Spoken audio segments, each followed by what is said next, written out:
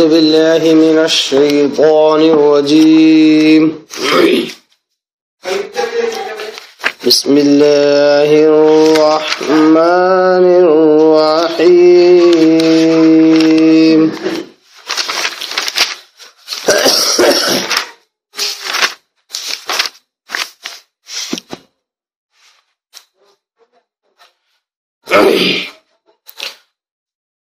ولن ترضى عنك اليهود ولا النصارى حتى تتبع ملتهم قل إن هدى الله هو الهدى ولئن اتبعت أهواءهم بعد الذي جاءك من العلم ما لك من الله من ولي ولا نصير. الذين آتيناهم الكتاب يتلونه حق تلاوته أولئك يؤمنون به ومن يكفر به فأولئك هم الخاسرون. صدق الله العظيم. نحمده ونصلي على رسوله الكريم. اما بعد. تمام قسم کی حمد و ثنا، تعریف، کبریائی، بڑائی اسے اللہ وحدہ لا شریک کے لیے لائق اور زیبا ہے، جو ساری کائنات کا خالق، مالک، میرا اور آپ کا مربی ہے. اسے اللہ کے لیے ساری تعریفیں ہیں، جو غفور ہے، غفار ہے، کریم ہے، ستار ہے. بعد اس کے آپ کے میرے آقا دو جہاں کے سردار الانبیاء پر کروڑا کروڑ انگنت بے شمار درود و سلام صلی اللہ علی محمد وسلم. قابل احترام بزرگوں، عزیز دوستوں، نوجوان ساتھیوں، قرآن مجید کی دو آیتوں کی میں نے تلاوت کی ہے، جو کہ سورہ بقرہ سورہ نمبر 2 رکوع نمبر 14 کی آیت نمبر 120 اور 121. آیت نمبر 120 یہ ہمارے پچھلے درس میں یہ آیت لی گئی ہے. کافی تفصیلاً ہم نے اس آیت کے تعلق سے سنا ہے،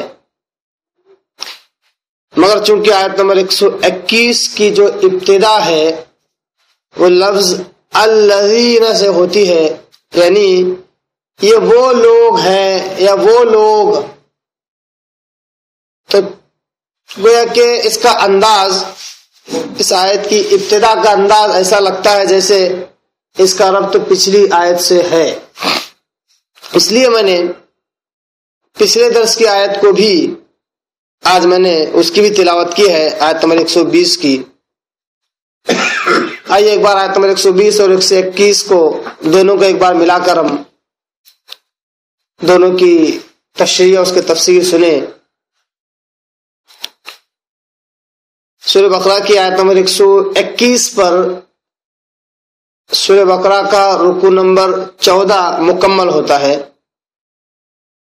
آیت نمبر 122 سے کے آگے رکوع نمبر 15 کی شروعات ہے یا رکوع نمبر 15 ہے.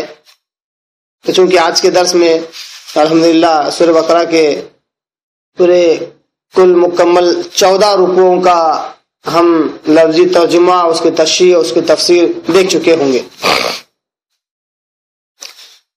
آیت نمبر 120 میں اللہ تبارک تعالیٰ کہتا ہے وَلَن تَرْضَىٰ عَنْكَ الْيَهُودُ وَلَا النَّصَارَىٰ حَتَّىٰ تَتَّبِعَ مِلَّتَهُمْ. مخاطبت براہ راست آپ صلی اللہ علیہ وسلم ہے.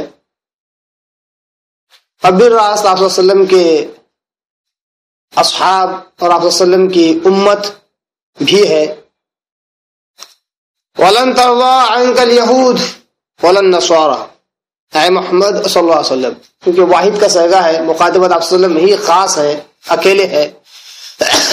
اے محمد صلی اللہ علیہ وسلم، ہرگز آپ سے خوش نہیں ہوں گے. ولن ترضى عنك، ہرگز آپ سے یہ لوگ کبھی راضی نہیں ہوں گے.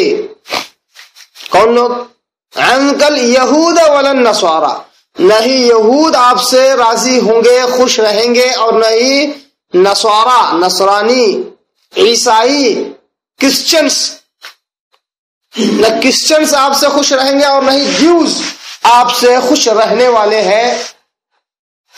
کب تک خوش نہیں رہیں گے؟ حتی تتبع ملتہم، جب تک کہ آپ اور آپ کے اصحاب، آپ کے ماننے والے ان کی ملت کی پیروی نہ کر لیں،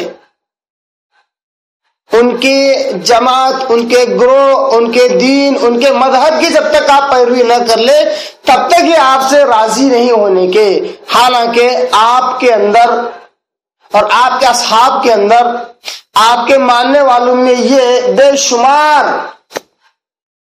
کوالٹیز، کیلیبرز، صلاحیتیں اور اخلاق کا اعلیٰ معیار دیکھتے ہیں.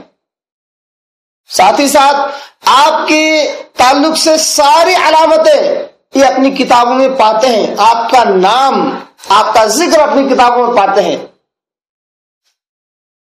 آپ کو اس طرح پہچانتے ہیں جس طرح اپنے اولاد، اپنے بچوں کو پہچانتے ہیں.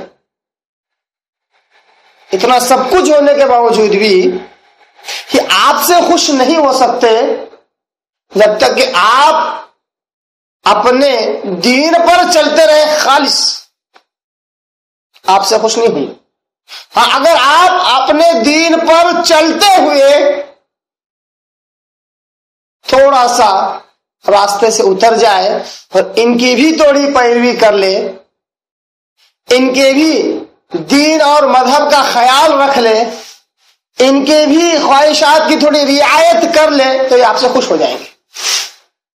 وَلَن تَرْضَىٰ عَنكَ الْيَهُودُ وَلَا النَّصَارَىٰ حَتَّىٰ تَتَّبِعَ مِلَّتَهُمْ. اے محمد صلی اللہ علیہ وسلم، یہ یہودی اور یہ عیسائی ہرگز آپ سے خوش نہیں ہوں گے، ہرگز آپ سے راضی نہیں ہوں گے جب تک کہ آپ ان کے ملت کی، ان کے دین کی، ان کے مذہب کی پیروی نہ کر لیں.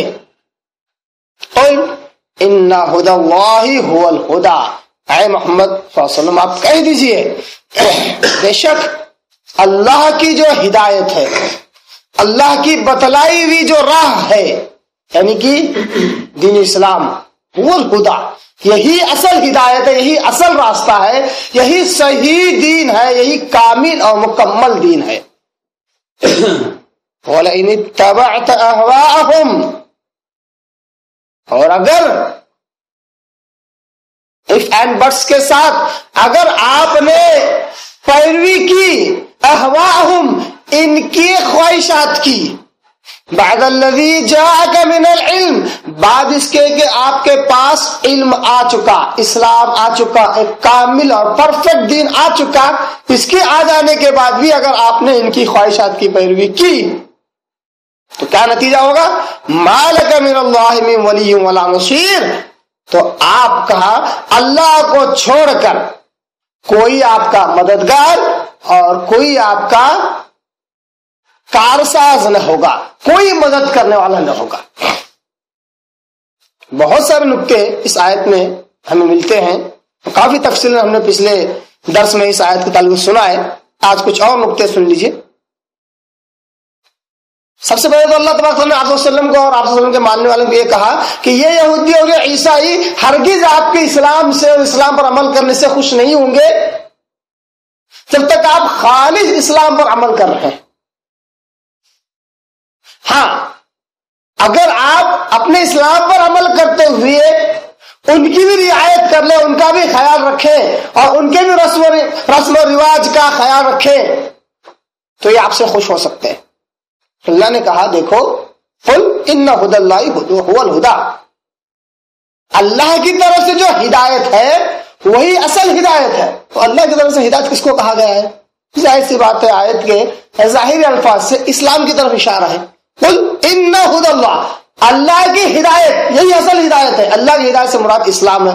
معلوم ہوا کہ جو اسلام پر عمل پیرا ہے وہی حق پر ہے. جو اسلام پر عمل پیرا نہیں ہے، یا ایک پر اسلام پر اور ایک پر کسی اور دین اور ایک اور مذہب پر ایک اور راستے پر رکھا ہوا ہے، وہ ہدایت پر نہیں ہے. قل ان ہدی اللہ هو الہدی. تو اللہ نے اسلام کو یہاں پر اپنی طرف کی ہدایت، اپنی طرف کا راستہ اور اپنا دین اللہ نے قرار دیا اور کہا کہ یہی اصل دین ہے. اگر اسلام ہی اصل دین ہے، اسلام ہی ہدایت والا راستہ ہے، اسلام ہی دلائل اور شواہد کا نام ہے، سچائی کا نام ہے، تو پھر اسلام کے علاوہ جو دوسرے مذاہب، ادیان، دوسرے فرقے، جماعتیں ہیں، ان کا کیا ہے؟ اس کو کیا کہیں گے؟ تو اللہ کہتا ہے وَلَئِنِ اتَّبَعْتَ أَهْوَاهُمْ. اے نبی صلی اللہ علیہ وسلم، یہ جو اللہ کی ہدایت تمہارے پر نازل ہوئی ہے، اس کو چھوڑ کر یا اس کے ساتھ میں اگر تم نے ان کی خواہشات کی اگر پیروی کی، اللہ نے یہودیوں اور عیسائیوں کے مذہب کو، ان کے دین کو، ان کی ملت کو، ان کے دھرم کو، ان کے فرقے اور جماعت کو اللہ نے لفظ خواہشات سے تعبیر کیا. معلوم ہوا کہ جو دین اصل میں ان کے پاس تھا، انہوں نے اپنی خواہشات اور اپنی مرضی کے تحت اس کو بدل دیا. اس لیے اب ان کے پاس دین باقی نہیں رہا، اب ان کے پاس جو کچھ باقی رہا ہے وہ ان کی خواہشات ہے. اس سے بہت بڑا فرق ہمیں یہ معلوم ہوا کہ اسلام وہ دین ہے جس میں انسانی خواہشات کا کوئی دخل نہیں ہے. اسلام کے علاوہ جتنے ادیان اس دنیا میں ہیں، سب کے اندر بھرپور خواہشات ہیں. اللہ کی ہدایت، اللہ کے دلائل کا کوئی دخل نہیں ہے.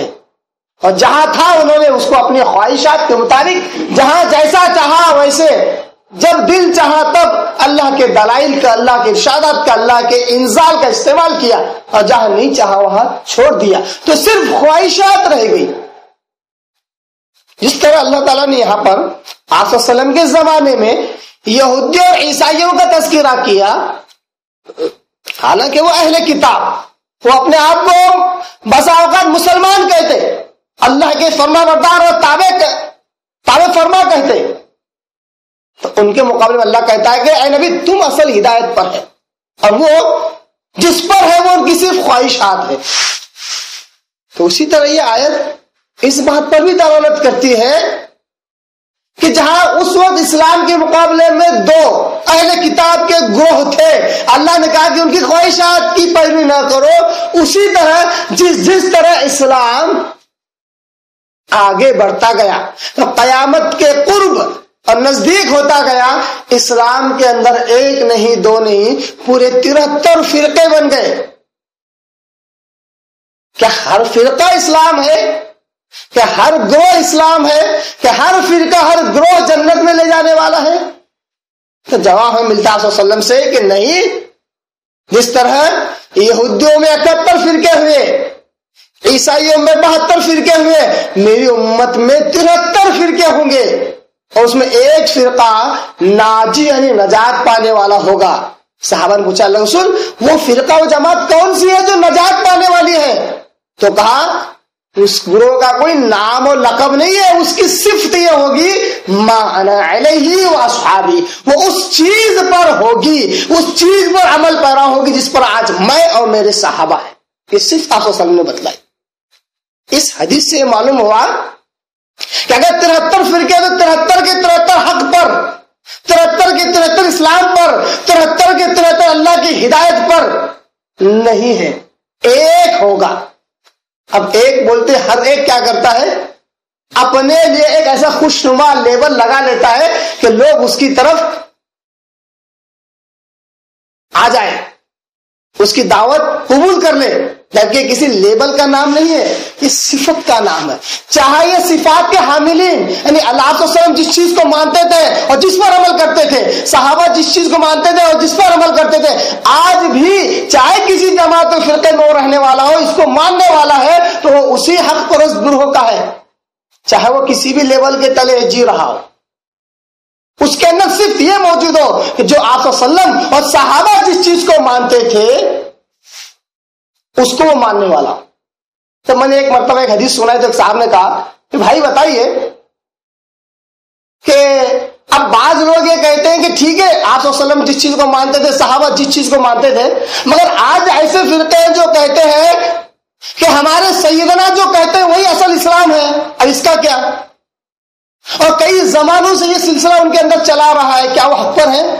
ہو سکتا ہے ان کے جو سیدنا جو بات بتلا رہے ہیں وہ 100% اسلام ہو۔ میں نے کہا آپ صلی اللہ علیہ وسلم کے زمانے میں آپ صلی اللہ علیہ وسلم اور صحابہ کس چیز کے متبع اور پیروکار تھے؟ کسی سیدنا کے، کسی عالم مفتی کے، کسی امام کے، کسی فقیر، کسی مولوی مرشد کے؟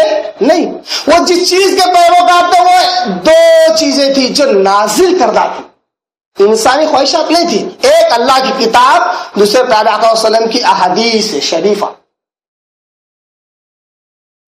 احادیث شریفہ، یہ دو چیزیں اللہ کی طرف سے نازل کردہ تھی۔ ان دو چیزوں کے متبع آپ صلی اللہ علیہ وسلم اور صحابہ تھے۔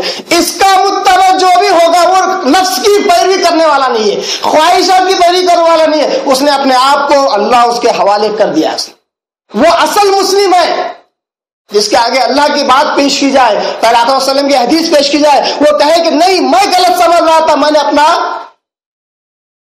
اپنا طور طریقہ، اپنی فقہ، اپنی سمجھ میں نے چھوڑ دی اور قرآن اور حدیث کے حوالے میں اپنے آپ کو کر دیا، وہ ناجی فرقے میں شامل ہوگا۔ جس نے کہا نہیں قرآن کی آیت تو ایسی ضرور ہے، حدیث تو ضرور ایسی موجود ہے، مگر کیا کرے، مولانا تو غلط نہیں ہے، مگر کیا کرے مفتی صاحب بھی تو غلط نہیں ہے، مگر کیا کرے فلاں امام صاحب بھی تو غلط نہیں ہے، قرآن اور حدیث کے آ جانے کے بعد بھی اپنے طور طریقے کو نہ چھوڑے، وہ ناجی فرقے سے نکل جاتا ہے۔ یہ میں نہیں کہہ رہا ہوں، صرف حدیث کی تشریح بیان کر رہا ہوں۔ تو اللہ نے دین اسلام کو ہدی اللہ یعنی اللہ ہدایت کا، اور یہودی اور عیسائی جو کہ وہ بھی اہل کتاب اور انبیاء کی اولاد میں سے تھے، ان کو کہا کہ ان کے بعد جو دین ہے وہ خواہشات ہے۔ آج اب دیکھیے جتنے بھی فرقے آپ کو ملیں گے، کسی ایک فرقے کو اٹھا کر آپ اس کی اسٹڈی کریں، اس کی تحقیق کریں، اس کا مطالعہ کریں، تو معلوم ہوتا ہے کہ جہاں اللہ اس کے رسول کی بات آنی چاہیے وہاں لکھا ہوا ہوتا ہے فلاں ہمارے بڑے کہتے ہیں، فلاں نے اس طرح حکم فرمایا ہے، فلاں کو اتنا درجہ ہوتا ہے کہ اللہ اس کے رسول آتے بھی اور چلے بھی جاتے، کوئی وقت کوئی ویلو نہیں ہوتی۔ یہ کیا ہے؟ یہ خواہشات ہے۔ کسی کے دل میں خواہش آئی کہ فلاں کو بہت بڑا درجہ دینا چاہیے تو دے دیا، کسی کے دل میں کوئی خواہش آئی تو کسی نے کسی اور کو اتنا بڑا درجہ دے دیا کہ کبھی اللہ اور اس کے رسول کا درجہ بھی گھٹ جاتا ہے۔ یہ کیا ہے؟ خواہشات ہے۔ خواہشات سے جو دین بنایا جاتا ہے وہ اللہ کی طرف سے نازل کردہ نہیں ہوتا۔ تو اللہ نے کہا اے نبی صلی اللہ علیہ وسلم، آپ اگر ہدی اللہ یعنی اللہ کی ہدایت جو کہ فطرت یعنی اسلام ہے، اس کو چھوڑ کر اگر باطل مذہبوں، باطل ادیان، باطل فرقہ جماعت کی اگر پیروی کریں گے تو گویا کہ آپ ان کی خواہشات کی پیروی کر رہے ہیں، جبکہ آپ کے پاس تو علم آ چکا ہے۔ یہاں پر علم سے مراد حق ہے، اسلام ہے، قرآن ہے اور احادیث ہے۔ اس کے آ جانے کے بعد بھی اگر آپ نے ان کی خواہشات کی پیروی کی، دیکھو کیا زبردست لفظ اللہ استعمال کر رہا ہے، پورے دین کو اللہ نے کیا کہہ کے چھوڑ دیا؟ خواہشات، یعنی کوئی ویلیو ہی نہیں ہے، صرف ان کی خواہشات ہے، جبکہ وہ اس کو بہت بڑا کیا کہتے ہیں وے آف لائف سمجھ رہے ہوں گے۔ یہودی اور عیسائی اس کو کیا سمجھ رہے ہیں؟ Way of life, systematic way of life سمجھ رہے ہیں، اس کو بہت زبردست کیا کہتے ہیں دستور العمل سمجھ رہے ہیں اپنے دین اور مذہب کو۔ اللہ کیا کہتے ہیں؟ وہ تو ان کی خواہشات ہے، جہاں دل جیسے چاہا ویسا انہوں نے حلال کو حلال کر لیا، حرام کو حرام کر لیا۔ ان کے خواہشات کی پیروی آپ مت کرو، جبکہ آپ کے پاس علم آ چکا ہے۔ اگر یقین آپ صلی اللہ علیہ وسلم نے کبھی ایسا نہیں کیا، آپ صلی اللہ علیہ وسلم کی پوری زندگی ہمیں بتلاتی ہے، وہ تو نبی ہے، نبی نے کبھی اسلام کو چھوڑ کر، نازل کردہ دلائل کو چھوڑ کر یہودی اور عیسائی کبھی پیروی کی ہو، ایک بھی ہمیں ثبوت ایسا نہیں ملتا۔ پھر نصیحت کس کو ہے؟ ہمارا اور آپ کے لیے کہ دیکھو اے مسلمانوں، اے میرے بندوں، اے میرے نبی کے امتیوں، تمہارے ساتھ یہ معاملہ ہوگا، تمہارے ساتھ تمہاری قسم کے لوگ آئیں گے، باطل آئے گا حق کا لبادہ اوڑھ کر، باطل ایسے آئے گا کہ بالکل حق نظر آئے گا، اب حق اور باطل کے درمیان کوئی فرق نہیں ہو سکتا، آپ کو بالکل ایسا معلوم ہوگا جیسا کہ میں نے پچھلے درس میں کہا کہ ایک ہی اسٹیج سے اگر حق اور باطل دونوں اگر بیان دینے لگے، کہے کہ کتنا ہی اچھا لگتا ہے ایک طرف درگاہ ہو ایک طرف درگاہ، ایک طرف صرف پیش کا فرق ہے، اگر اس طرح حق اور باطل ایک ہی اسٹیج سے اگر بیان دینے لگے تو حق اور باطل اس طرح گڑمڑ ہو جاتا ہے کہ عام عوام سمجھ نہیں پاتی اب حق کون سا ہے اور باطل کون سا ہے۔ یہ خواہشات کی بری، کسی کی رعایت، کسی کی کیا کہتے ہیں دل آزاری سے بچنے کے لیے یا کسی کا دل نہ توڑنے کے لیے اسلام کے اندر عقیدے کے معاملے میں کوئی کمپرومائز نہیں ہے۔ اگر ایسا کرتا ہے کوئی شخص تو اللہ کہتا ہے اے نبی، امت تو امت، آپ بھی اگر ایسا کریں تو اللہ کے علاوہ آپ کا کوئی مددگار، کوئی کارساز نہیں ہے۔ جب نبی کا کوئی مددگار اور کارساز نہیں ہے لوگوں کی خواہشات پر عمل کرنے سے، تو اس امت کا کون ہے کارساز اور مددگار؟ کوئی نہیں ہے۔ معلوم ہوا کہ جس کو جب معلوم ہو جائے کہ یہ مسئلہ اللہ اس کے رسول کے مطابق یہ حق ہے، اس کے علاوہ جو کچھ ہے وہ باطل ہے، تو حق پر جمع رہے، کسی کی رعایت میں آ کر، کسی کی کیا کہتے ہیں خوشنودی کے لیے اس کے ساتھ میل جول برتاؤ رکھنا، اس کے ساتھ ملنا جلنا اور رعایت کرنا۔ جیسے دشہرا دیوالی میں مٹھائی آتی ہیں، ان کے پوجا پاٹ میں چلے جاتے ہیں، ان کے ساتھ ہنستے کھیلتے کھاتے پیتے، اس قسم کی رعایت اسلام نہیں بتلاتا۔ عقائد، بالخصوص عقائد کے معاملے میں جس طرح آپ کی وہ رعایت نہیں کرتا آپ کے اسلام کے معاملے میں، اسی طرح آپ ان کی رعایت نہیں کر سکتے، بالکل چھوڑ دینا ہوگا۔ حق ہے، حق باطل کے ساتھ مل جائے تو سمجھ میں نہیں آتا۔ جس طرح خالص دودھ خالص ہے، اگر اس کو پانی کے ساتھ ملا دیا جائے اور سمجھ میں نہیں آتا کہ کون سا دودھ ہے اور کون سا پانی ہے۔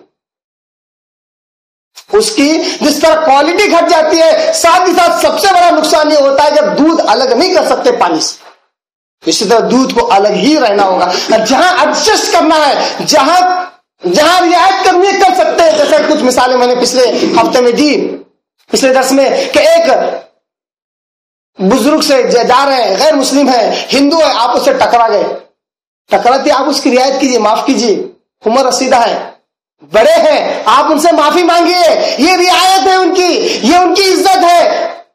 اگر وہ کہے تم نے مجھے ٹکر کیسے ماری، چلو میرے پیر پڑو، یہاں رعایت نہیں ہے، یہاں اسلام ہی بدل جا رہا ہے۔ رعایت کا مطلب ہم وطنوں سے محبت اور ہم وطنوں کی خوشنودی کا مطلب یہ نہیں کہ اپنے دین کو ہی چھوڑ دیں۔ یہ بات اس لیے دہرا رہا ہوں کیونکہ بہت سی جگہ ہم نے اورنگ آباد میں دوسرے مقامات پہ ہم نے دیکھے ایک ہی اسٹیج سے مسلمان بھی اور ہندو بھی آ کر بیان دیتے ہیں ایک خدا کے تعلق سے، نہیں سمجھ میں نہیں آتا کیسے، اور اس میں خالص ایک اللہ کی دعوت نہیں جاتی۔ یہ کہا جاتا جیسے کہ میں یہ لفظ اور یہ جملہ ادا کر رہا ہوں، ایک طرف درگاہ اور ایک طرف درگاہ، کتنا اچھا لگتا ہے، صرف پیش کا فرق ہے، وہ مطلب یہ دونوں ایک ہی ہے، ہر راستہ تیری گلی جاتا ہے۔ یہ بھی بڑی کہاوت مشہور ہے مسلمانوں کے اندر، ہر راستہ، یعنی تم آپ کچھ بھی کرو اللہ ہی کی طرف پہنچیں گے آپ۔ یہ کیسا ہو سکتا ہے جبکہ اللہ تو کہہ رہا ہے کہ ایک اسلام ہے بس، جو کہ اللہ کی ہدایت ہے، اس کے علاوہ جو کچھ سب خواہشات ہے ان کی کوئی ویلیو نہیں ہے۔ اگر کوئی شخص ایسا کرتا ہے تو اللہ کے علاوہ کوئی اس کا نہ مددگار ہے نہ ہی کارساز ہے، مطلب گویا کہ وہ دنیا میں بھی گیا اور آخرت میں بھی ناکام رہا۔ اس کے بعد کی جو آیت ہے الذین آتیناہم الکتاب یتلونہ حق تلاوتہ، آیت نمبر 121 سورہ بقرہ سورہ نمبر 2 پارہ نمبر 1 رکو نمبر 14 کی سب سے آخری آیت۔ آیت کی ابتدا الذین سے، یعنی وہ لوگ، مطلب اس آیت کو پچھلی آیت سے ملا کر ہی پڑھ سکتے ہیں۔ اب تک آیت نمبر 120 تک ہم لگاتار یہ دیکھتے آ رہے ہیں کہ اللہ نے بنو اسرائیل کی خوب مذمت کی، خوب اللہ نے ان کی مذمت کی، ان کے برے عقائد کا تذکرہ کیا، ان کے برے اعمال کا تذکرہ کیا، ان کے اوپر جو لعنت اور پھٹکار اللہ نے کی اس کا ذکر کیا، کس طرح انبیاء کے ساتھ ان کا سلوک تھا اس کا ذکر اللہ نے کیا۔ خوب مذمت، خوب ذلتیں دینے کے بعد اب اللہ تعالیٰ ایک آیت اچھی کہہ رہا ہے، کس کے تعلق سے؟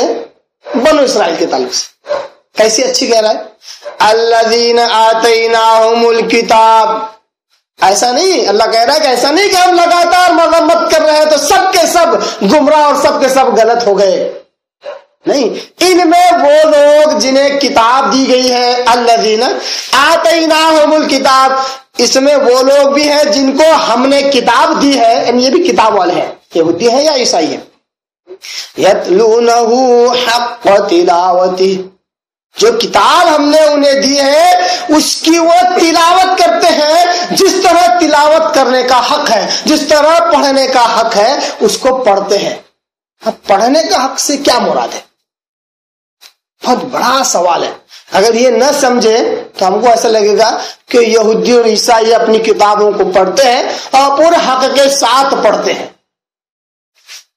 اس کے تشریح ہم دیکھتے ہیں، آئیے پہلے آگے کیا آیتوں کا لفظی ترجمہ دیکھ لیں۔ اولئک یؤمنون بہ، اللہ نے ایسے لوگوں کو جو اللہ کی طرف سے نازل کردہ کتاب، چاہے یہودی ہو، عیسائی ہو، چاہے مسلمان ہو، اللہ کی طرف سے نازل کردہ کتاب کو کی تلاوت اس طرح کرتے ہیں جس طرح اس کا حق ہے، تو اللہ نے کہا اولئک یؤمنون بہ، اصل میں یہی لوگ اس کتاب پر ایمان لانے والے، یعنی اگر حق کے ساتھ اس کی تلاوت نہیں کرتے ہیں، اس کا حق ادا کرتے اگر تلاوت نہیں کرتے ہیں تو جان لیجئے کہ ان کا ایمان اس کتاب پر نہیں ہے، چاہے وہ یہودی ہو، چاہے عیسائی ہو، چاہے مسلمان، چاہے وہ کوئی اہل کتاب ہو، مسلمان بھی اہل کتاب میں آتے ہیں کیونکہ انہیں بھی اللہ کی طرف سے کتاب ملی ہے، تو چاہے کوئی بھی اہل کتاب ہو، اگر اس کا جس طرح حق ہے اس حق کے مطابق اگر وہ تلاوت نہ کرے، اس کو نہ پڑھے، تو گویا کہ اس کا ایمان اس کتاب پر نہیں ہے۔ جیسا کہ اللہ کہتا ہے کہ وہ حق ادا کرتے ہیں، حق کے ساتھ پڑھتے ہیں، اس لیے یہ لوگ اس کے مومن ہیں، یہ لوگ بھی مومن ہیں، ایمان والے ہیں۔ وَمَن يَكْفُرْ بِهِ، اب اللہ کہتا ہے اب جو کوئی اس کے ساتھ کفر کرے، یعنی اللہ کے نازل کردہ کتاب کے ساتھ، اللہ کے نازل کردہ احکامات کے ساتھ جو کوئی کفر کرے، اب کفر سے مراد ظاہری بات ہے اس کا حق جس طرح ادا کرنا چاہیے ادا نہ کرے، فَأُولَئِكَ هُمُ الْخَاسِرُونَ، بہت بڑی بات اللہ نے فرمائی، بہت بڑا فتویٰ ہے، فَأُولَئِكَ هُمُ الْخَاسِرُونَ، یہی لوگ خسارہ پانے والے ہیں، یہی لوگ۔ قرآن مجید میں حالانکہ لفظ خسران کا مطلب ہے نقصان، مگر قرآن میں زیادہ تر یہ لفظ جب بھی استعمال ہوا ہے خسران سے مراد بہت بڑا نقصان، یعنی کہ دوزخ۔ قرآن مجید میں جہاں کے بھی لفظ خسران لفظ استعمال ہوا ہے، خاسرون لفظ استعمال ہوا ہے، بہت بڑا نقصان یعنی کہ دوزخ کی طرف اشارہ ہے۔ بہت سارے مفسرین لفظ خسران کا ترجمہ اور مفہوم دوزخ، جہنم بتلائیے۔ اللہ کہتا ہے ہم نے جو چیزیں نازل کی ہیں اس کا جس طرح حق ہے اس کی تلاوت نہ کرے تو گویا کہ انہوں نے ہمارے نازل کردہ چیزوں کے ساتھ کفر کیا۔ جو ہمارے نازل کردہ چیزوں کے ساتھ کفر کرتا ہے یہی لوگ بے ایمان بھی ہیں اور نقصان اٹھانے والے یعنی کہ جہنمی ہے۔ اور ظاہر سی بات ہے اللہ کتاب آئے اور اس کو پڑھے ہی نہیں، اب بتائیے وہ شخص جنت میں کیسے جا سکتا ہے، جبکہ اس کو پتہ ہی نہیں کہ اللہ اس کا رب اس سے کیا چاہتا ہے، کس چیز سے منع کرتا ہے، کون سی چیز کرنے کو کہتا ہے، اس کو پتہ ہی نہیں، تو بتائیے وہ جنت کی طرف کیسے جائے گا، جنت میں کیسے جائے گا، جہنم سے کیسے بچے گا۔ اللہ نے یقیناً کہہ دیا کہ جو ہماری کتابوں کا حق جس طرح ادا کرنا چاہیے نہ ادا کرے وہ بہت بڑا نقصان اس نے اٹھایا، یعنی کہ دوزخ اٹھایا، دوزخ میں چلا گیا۔ اب الذین آتیناہم الکتاب کے اندر یعنی اس میں اہل کتاب میں وہ لوگ بھی ہیں جو یتلون حق تلاوتی، اللہ کی نازل کردہ کتابوں کا حق ادا کرتے جس طرح ادا کرنے کا حق ہے۔ اشارہ یہودیوں اور عیسائیوں کے ان اچھے لوگوں کی طرف ہے جو اللہ کی کتاب نازل ہوتی تھی تو ان کی تلاوت کرتے، انہیں پڑھتے، انہیں سمجھتے، ان پر عمل کرتے، جیسے الفاظ ہوتے ویسا ہی پڑھتے، ان میں ہیر پھیر نہیں کرتے، ان میں ہیر پھیر نہیں کرتے، ان میں تحریف نہیں کرتے، جیسے ہوتے ویسے ہی پڑھتے، اس پر عمل کرتے، جیسے ہوتے ویسے ہی دوسروں تک پہنچاتے۔ یہ ہے حق۔ ایسا کرنے والے جیسے کہ حضرت عبداللہ بن سلام رضی اللہ تعالیٰ، یہ یہودیوں کے بہت بڑے عالم تھے۔ یہی ایک ہسٹری میں آپ سب سیرت ملتے ہیں جو یہودی تھے مگر مسلمان ہو گئے۔ بہت سارے مفسرین نے اس آیت میں کہا اور انہی کا نام دیا کہ اللہ نے ان کی طرف اشارہ کیا ہے، یا ان کے جیسے یہودی اور عیسائی کی طرف اشارہ ہے جو یہودی اور عیسائی ہونے کے باوجود بھی حق کو جانتے تھے، حق کو پہچانتے تھے اور حق کو اس کے حق کے ساتھ اس کا حق ادا کرتے تھے۔ ان کی طرف اشارہ ہے. اب حق ادا کرنے سے کیا مراد ہے؟ اس میں بہت ساری باتیں ہیں جس کی طرف اشارہ ہے کہ حق کو ادا کرنا، اللہ کی نازل کردہ کتاب کا حق ادا کرنا کس کو کہتے ہیں. اس کے اندر جو چیزیں آتی ہیں جیسے خوب توجہ اور غور سے پڑھنا. اللہ کی طرف سے جو کتاب آتی ہے اس کو خوب توجہ اور خوب غور سے پڑھنا. دیکھیے میں جتنے نکات بتلاؤں گا اس میں ایک نقطہ ہمیشہ کامن ہے، ہمیشہ کامن وہ ہے جو کتاب اللہ کی طرف سے آئی ہے اگر اس کو اپنی زبان کے علاوہ کسی اور زبان میں پڑھیں گے تو جتنے نکات میں بیان کر رہا ہوں ایک بھی نقطہ پورا نہیں ہوگا. اپنی زبان میں اگر پڑھے یعنی سمجھ کر تو جتنی چیزیں میں بیان کر رہا ہوں حق ادا کرنے کی وہ ساری چیزیں کور ہو سکتی ہیں، وہ ساری چیزوں پر عمل ہو سکتا ہے. سب سے پہلی چیز خوب توجہ اور خوب غور سے پڑھنا اللہ کی کتاب کو، بالخصوص جیسے کہ مسلمانوں کے لیے قرآن مجید ہے. خوب غور سے خوب توجہ کے ساتھ پڑھنا. جیسے کہ جہاں جنت کا ذکر آیا وہاں پر اللہ سے جنت کا سوال کرنا. اب بتائیے کب ہوگا؟ جب آپ کو امام صاحب طوطے کی طرف پڑھ رہے ہیں، امام صاحب کو نہیں معلوم کہ امام صاحب کیا پڑھ رہے ہیں، مقتدی پیچھے کھڑے ہو کے سن رہے ہیں، انہیں نہیں پتا کیا پڑھا جا رہا ہے. اب جنت جنت جنت کا بار بار تذکرہ ہو رہا ہے اور یہ مقتدی یا یہ خطاب سننے والا جمعہ خطبے میں بیٹھنے والا سو رہا ہے، اس کو پتا نہیں جنت کا تذکرہ ہو رہا ہے. اب بتاؤ جنت کیسے مانگے گا اللہ سے جبکہ پڑھ رہا ہے؟ یا پھر قرآن مجید کو کھولتا ہے بڑے پیارے انداز سے. آپ دیکھ رہے ہیں میرے پاس الحمدللہ کے فضل جب بھی میں قرآن لے کر بیٹھتا ہوں یہ بغیر ترجمہ والا قرآن لے کر بیٹھتا ہوں. اس وجہ سے ایک وجہ یہ بھی ہے کہ کہے کل کے روز لوگ یہ نہ کہے ارے سراج صاحب تم تو تمہارے جماعتی قرآن لے کر سمجھاتے، اس کے اندر ترجمہ ہوتا ہے تمہارے مطلب کا. نہیں، یہ دیکھیے یہ الحمدللہ عربی ہے، ڈائریکٹ عربی لفظ میں لفظ ترجمہ کرتا ہوں، نہ میرا نہ آپ کا. خیر یہ تو الحمدللہ عربی آتی ہے، فائدہ ہے کہ بغیر ترجمے کا لے کر میں آپ کے آگے لفظی ترجمہ کر رہا ہوں. آپ کسی بھی دنیا کے کسی بھی قرآن میں جا کر کسی بھی جماعت و فرقے کے قرآن میں جا کر دیکھیے انشاءاللہ وہی ترجمہ ملے گا جو میں آپ کے آگے بیان کر رہا ہوں.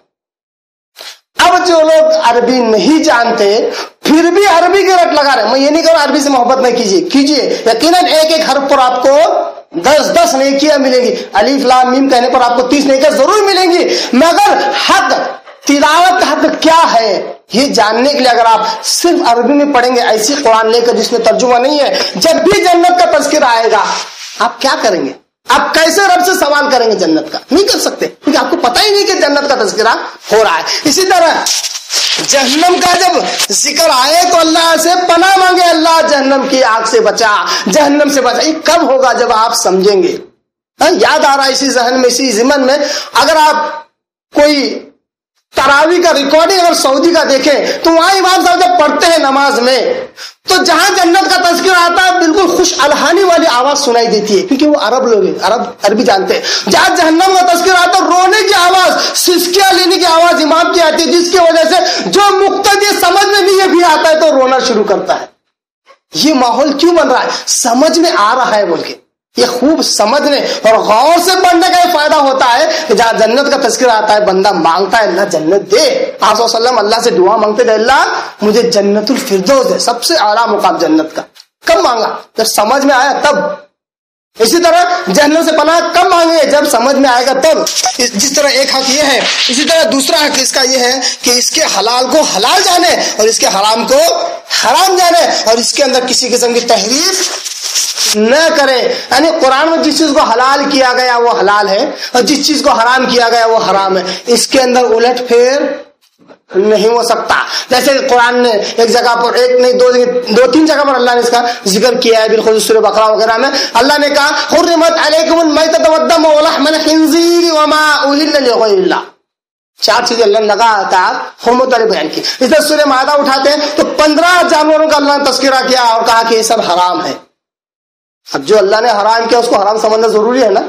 جیسا کہ حرمت علیکم المیتۃ اللہ نے کہا مردار تم پر حرام ہے، والدم بہتا خون تم پر حرام ہے، ولحم الخنزیر سور کا گوشت تم پر حرام ہے. اب لگاتار 3 چیزوں کو حرام مان رہا ہے ایک مسلمان. وما اہل لغیر اللہ نکل گیا کھا گیا، ترجمہ ہی نہیں معلوم. کتنے مسلمانوں کو معلوم ہے اس کا ترجمہ؟ وما اہل لغیرک کا اور اللہ کا مفہوم ترجمہ کتنے مسلمانوں کو معلوم ہے؟ نہیں معلوم ہے. جبکہ قرآن میں لگاتار 3 مقامات پر یہ حرمت والی 4 چیزیں بیان کی گئی. 3 ہر مسلمان کو یاد ہے, چوتھا کیوں نہیں یاد ہے؟ میرے لیے بھی بڑا ایک اچنبے والے ایک معمہ تھا کہ بچپن سے ہم کو یہ 3 حرمتیں معلوم ہے, چوتھی حرمت کیوں نہیں معلوم ہوئی؟ کیونکہ وہ نگل گئے. مولوی لوگ, میں کسی پر طنز نہیں کر رہا ہوں, اس کا ترجمہ اس کا مفہوم نگل گئے, اور جب آیا بھی کوئی بیان کرنے کا تو دوسرا ہی معنی بیان کر دیا. وما اہل لغیر, جہاں سور کا ذکر ہے گوشت کا سور کے, وہاں اس کا ذکر ہے. وما اہل لغیر اللہ, اللہ کے علاوہ کسی اور کے لیے کوئی کھانا, کوئی گوشت, کوئی جانور نامزد کر دیا گیا, وہ حرام ہے. پوچھا جاتا ہے بھائی یہ بکرا کس کا؟ تو بولے غوث پاک کا بکرا ہے, 2 سال سے ان کے نام پہ چھوڑا ہوا ہے. ہم کہتے ہیں بھائی اگر جس دن تم اس کو ذبح کرو گے تمہارے لیے حرام ہے, کیونکہ تم نے اللہ کے علاوہ کسی اور کی خوشنودی کے لیے تم نے یہ بکرا چھوڑا ہے. تو کہتے ہیں بھائی میں تو جب ذبح کرتا ہوں بسم اللہ اللہ اکبر کرتا ہوں, بسم اللہ اللہ اکبر بول کے ذبح کرتا ہوں. میں کہتا ہوں 2 سال کس کے نام کا تھا؟ اللہ کے نام کا. اچانک ایک لمحے میں اللہ کا ہو گیا. یہ تشریح کوئی بیان کرتا, ڈرتے رہے کہے گا ذلت ہوگی, ہماری جماعت کی کیا ذلت ہوں گی, لوگ ہماری طرف نہیں آئیں گے, اس کا معنی جیسا کا ویسا رہنے دو. یہ کیا ہے؟ تحریف کرنا ہے, چھپانا ہے. جبکہ ایک حق پرست مسلمان کا یہ فرض ہے قرآن اور پیارا افضل کا حدیث جو کہ تو لوگوں تک پہنچا دی جائے, وَلَوْ كَرِهَ الْكَافِرُونَ وَلَوْ كَرِهَ الْمُجْرِمُونَ, چاہے کافروں کو, مجرموں کو, مشرکوں کو برائی کیوں نہ لگے, حق ہوتا ہے. ہاں جہاں میں یہ نہیں کر رہا ہوں کہ اتنے روڈ ہو جاؤ کہ لوگ بھاگ جائیں, جہاں ایڈجسٹ کرنا ہے کیجیے. جیسا کہ میں نے آپ وسلم کی سیرت سے بہت ساری مثالیں میں نے پچھلے ہفتے دی, پھر سے ایک بار دوہرا رہا ہوں کہ آپ وسلم اور صحابہ بیٹھے ہوئے, ایک شخص کافر مسجد نبی میں آتا ہے اور دھڑادھڑ پیشاب کرتا ہے. بڑا ہوتا ہے, بہت بڑا انسان ہوتا ہے, دھڑ پیشاب. صحابہ غصے کے مارے مسجد میں پیشاب کر رہا ہے, دوڑتے ہیں مارنے کا, آپ رکاتے ہیں, رکو سکون سے پیشاب کرنے دو. سکون سے پیشاب کرتا ہے, ڈسٹرب نہیں کرتے ہیں, مداخلت نہیں. جب پیشاب کر کے نکل جاتا ہے کچھ نہیں بولا اس کو. یہ بات ہمارا معاملہ بالکل الٹا ہے. یہاں پر تو بالکل مارنے کو دوڑیں گے. اگر ایک آدھ کوئی غیر مسلم ٹیکر آئے گا مسجد کے اندر آتا ہوا دیکھے تو اس کو مار کر بھگا دیں گے, کیوں آ رہا ہے ہماری مسجد گندی ہو جائے. غیر مسلم تو غیر مسلم.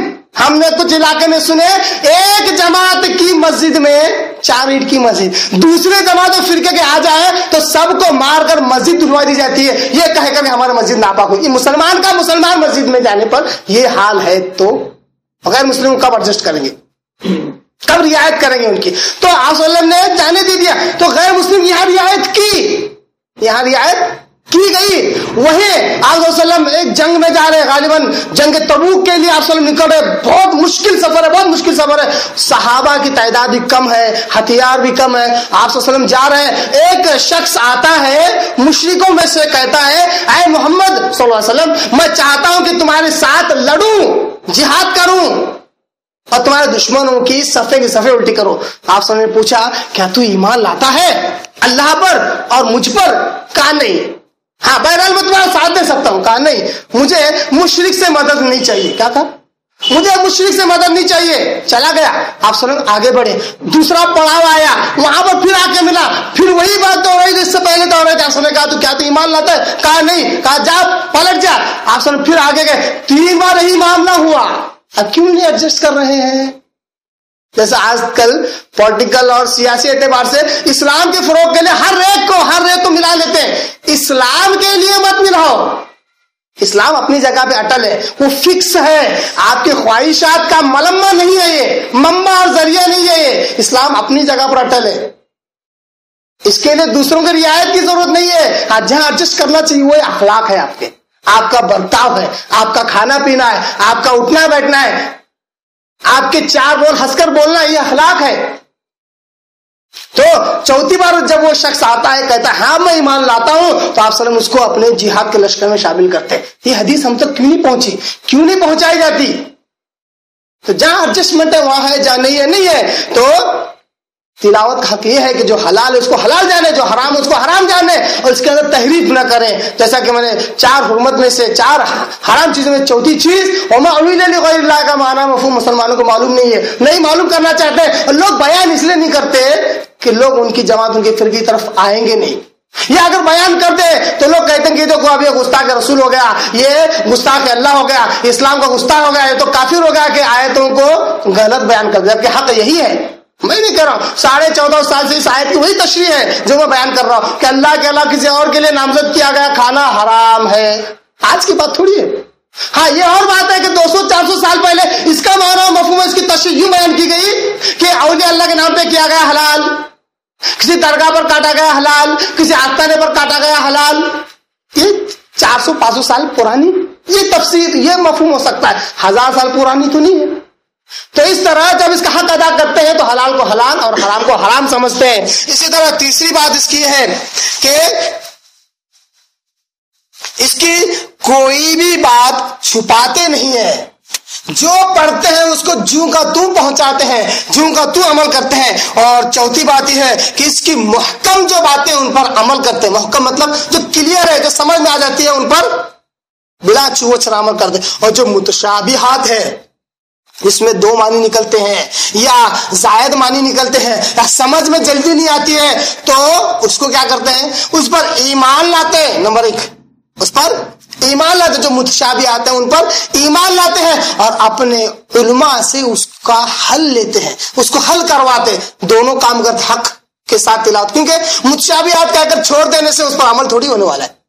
اس پر ایمان لانا کہ اللہ نے یوں کہا مطلب ایسا ہی ہے. اب اس کا صحیح معنی و مفہوم سمجھنے کے لیے علماء کی طرف بھی رجوع کرتے ہیں. اس طرح کہ میں نے اس سے پہلے بھی ایک بات کہی ہے کہ وہ قوم گمراہ ہو جاتی ہے جو علماء کو چھوڑ دے, وہ قوم گمراہ ہو جاتی ہے جو علماء کو پکڑ لے. تو آپ کہیں گے دونوں تو متضاد جملے ہیں. نہیں, وہ قوم جو صرف علماء کو پکڑ لیتی ہے اور دلائل کی اتباع نہیں کرتی وہ گمراہ ہو جاتی ہے. وہ قوم جو علماء کو چھوڑ دیتی ہے وہ بھی گمراہ ہو جاتی ہے. علماء ہی سے, علماء کیا ہے, یہ انبیاء کے وارثین ہیں, ان کے پاس علم ہے, اگر ان سے رہبری نہ ملی تو وہ قوم گمراہ ہو جاتی ہے.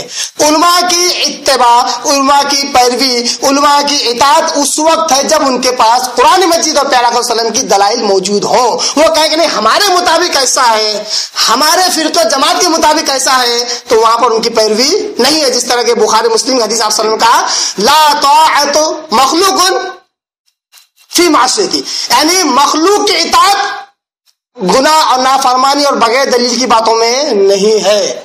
مخلوق کی اطاعت تب ہے جب اس کے پیچھے دلیل ہو, اچھا کام ہو, نیک کام ہو. اس طرح محکم باتوں پر یہ عمل کرتے ہیں, متشابہات پر ایمان لاتے ہیں اور علماء سے اس کو حل کرتے ہیں. اسی طرح اس کی ایک ایک بات کی اتباع کرتے ہیں. چھٹی بات کیا ہے, اس کی ایک ایک بات کی اتباع کرتے ہیں. یہ نہیں کہتے کہ یہ تو چھوٹی آیت ہے چلو چھوڑ دو, یہ تو بڑی آیت ہے چلو اس پر عمل کر لو, چلو یہ تو ہمارے جماعت ہمارے فرقے کو سوٹ کرنے والی ہے اس لیے اس پر عمل کرو, یہ ہمارے جماعت ہمارے فرقے کی نہیں ہے اس کو چھوڑ دو. اس طرح نہیں کرتے. جو بات قرآن مجید میں موجود ہے اس کو سنتے ہیں, سمجھتے ہیں, غور کرتے ہیں, اس پر عمل کرتے ہیں. یہ ہے اس کا حق. یہ حق ادا کرنے والے یہودی بھی ہو سکتے ہیں, عیسائی بھی ہو سکتے ہیں, مسلمان بھی ہو سکتے ہیں. یہاں پر اللہ تعالیٰ بالراست مسلمانوں کو نصیحت کر رہا ہے کہ اگر تم میری نازل کردہ کتاب کی تلاوت ویسے کرو جس طرح کا اس کا حق ہے تو تم اصل میں اس پر ایمان لا رہے ہو. اب آپ بتاؤ, ذرا سا جائزہ لے لو, کسی پر انگلی کرنے کی, کسی طرف انگلی کرنے یا نکتہ چینی کرنے کی ضرورت نہیں ہے. اب بتاؤ کتنے لوگ ہیں واقعی جو اس کتاب پر ایمان لانے والے ہیں. اس اعتبار سے کتنے لوگ ہیں, پتہ ہی نہیں ہے لوگوں کو تو قرآن میں ہے کیا آخر, نہیں پتا ہے. اور اس طرح نہ ایمان لانا, اس کو پڑھنا نہ سمجھنا, اس کا انکار بھی تو ہے. صرف یہ کہہ دینا کہ یہ اللہ کتاب ہے, چومنا چاٹنا, سینے سے لگانا, سر پہ رکھنا. میں نے تو بعض افراد کو دیکھا مسجد میں آتے ہیں, پتہ نہیں کسی نے کچھ تو ایک نسخہ چٹکلا دے دیا, پڑھنا نہیں آتا ہے تو انگلی پھیر دینا, بولے ثواب ملتا ہے. بولے تو پڑھنے کی کبھی کوشش نہیں کریں گے مگر انگلی ضرور پھیریں گے, اور انگلی پھیرنے کے بعد کیا کرتے ہیں, چومتے چاٹتے سر پہ لگاتے ہیں. یہاں تک کہ قرآن کے تعلق سے ایک بڑا جملہ بہت مشہور ہو گیا ہے. جس طرح بعض میڈیکل گولیوں پر یہ جملہ فٹ ہوتا ہے کہ کیپ اوے فرام چلڈرن. کیوں؟ بچے اگر ہاتھ بھی لگاتے ہیں تو اس کو زہر ہوتا ہے, چکھنے پر کوئی بیمار لگ سکتی ہے, مر بھی سکتے ہیں. تو اس طرح قرآن کے اوپر یہ جملہ لکھ کر لگا دیا گیا ہے, کیپ اوے فرام ہیومینٹی. ہمیشہ مخمل کے کپڑے میں لپیٹ کر اتنی اونچی طاق میں بالا طاق رکھا جاتا ہے کہ ہاتھ نہیں پہنچتا. ہاتھ اگر لگانا بھی ہو تو بڑی جان پہ آتا ہے کہ کب نکالو کب دیکھیں. ہاں قسم کھانے کے بعد تو برابر قرآن نیچے اترتی ہے. قسم قرآن کی کہنے کے لیے، یا میں تو سچا ہوں یہ کہنے کے لیے، یا گواہی دینے کے لیے، یا پھر ارے بچہ بیمار ہو گیا ایک آدھ پنا پھاڑ دیا، ایسے بھی مسلمان ملیں گے، اور اس کو ایک زبردست ٹین کے ڈبے میں اس کو پیک کر کے ایک تعویذ بنا کر بچے کے لیے. یہ ہے قرآن کا حق؟ کیا یہ ہے قرآن کا حق کہ اس کو پھاڑ کر بچے گلے میں؟ اتنا ہی نہیں، میں نے بعض افراد کے پیروں کے اندر تعویذیں باندھے ہوئے دیکھا جس کے اندر سورہ اخلاص سورہ ناس لکھا ہوا ہے. مولانا کہتا ہے کہ بچے کے پیر میں باندھ دو جلدی چلنا سیکھے گا. یعنی قرآن کو جب تک لات مارتا رہے گا تب تک اس کے پیروں میں قدرت و طاقت آئے گی. استغفر اللہ. یہ نہیں ہے کہ کوئی غیر مسلم ہے، یہ مسلمان ہے جو لکھ کر دیتے ہیں، قرآن کو جلا جلا کر دیکھنے کو کہتے. اگر یہ قرآن کا حق ہے تو واقعی ایمان لانا اس کو نہیں کہیں گے، اس کو کفر کہیں گے. میں کسی کا نام لے کر نہیں کہہ رہا ہوں، اس میں یہ عمل جس کا بھی ہوگا یہ کفر ہے. قرآن کا حق یہ ہے اس کو پڑھا جائے، سمجھا جائے، اس پر عمل کیا جائے، اس کے حلال کو حلال سمجھا جائے، اس کے حرام کو حرام سمجھا جائے، اور جوں کا توں لوگوں تک پہنچایا جائے بلا جھجک، بلا ہچکچاہٹ، بلا کسی لچک کے. تو یہ ہے اس کا حق. تو اللہ کہتا ہے یہ لوگ اس طرح جو کرتے ہیں وہ اصل میں کامیاب ہونے والے، جو اس طرح نہیں کرتے فَأُولَٰئِکَ هُمُ الْخَاسِرُونَ، یہ بہت بڑے نقصان والے. یعنی دوزخی ہے، جہنم میں جو قرآن پر ہی ایمان نہ لائے یقیناً وہ دوزخی ہو جاتے ہیں. اللہ سے دعا کرتا ہوں اللہ تعالیٰ ہمیں قرآن کو سمجھنے، اس پر عمل کرنے کی توفیق عطا فرمائے. وآخر دعوانا ان الحمد للہ رب العالمین.